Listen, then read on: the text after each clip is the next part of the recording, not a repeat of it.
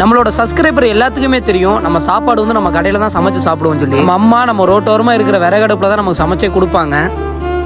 இனிமேலேருந்து கடையில் சமைக்கிற வேலை எங்களுக்கு முடிஞ்சிருச்சு. இனிமேல் நாங்கள் வீட்டில் தான் சமைப்போம். நாங்கள் நல்ல வீட்டுக்கு போயிட்டோம், சந்தோஷமாக இருக்குது.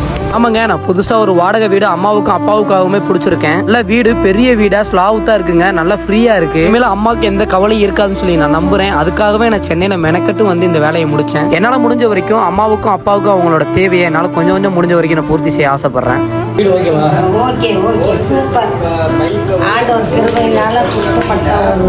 உண்மையிலேயே மனசளவில் ரொம்ப சந்தோஷமா இருக்குங்க. ஏதோ ஒரு சாதிச்ச மாதிரி ஒரு ஃபீல் கிடைக்குது. இனி அடுத்தது எங்கள் அம்மாவுக்கு நல்லதாக ஒரு கோல்டு செயின் வாங்கி கொடுக்கணும், அது என்னோட ஆசை. ஒரு தாயும் ஒரு தகப்பனுக்கும் ஒரு நல்ல மகனாக இருந்து என்னால் முடிஞ்ச காரியங்களை செய்கிறேன். நீங்களும் இதே மாதிரி உங்கள் அம்மா அப்பாவுக்கு நல்ல காரியங்களை செய்யுங்க. ஏன்னா உங்களோட வாழ்க்கையில் நீங்கள் நல்லா இருக்கணும்னு நினைக்கிற ஒரே ஜீவன் நம்மளோட அம்மாவும் அப்பாவும் மட்டும்தான். ஸோ அவங்கள கைவிட்டுறாதீங்க.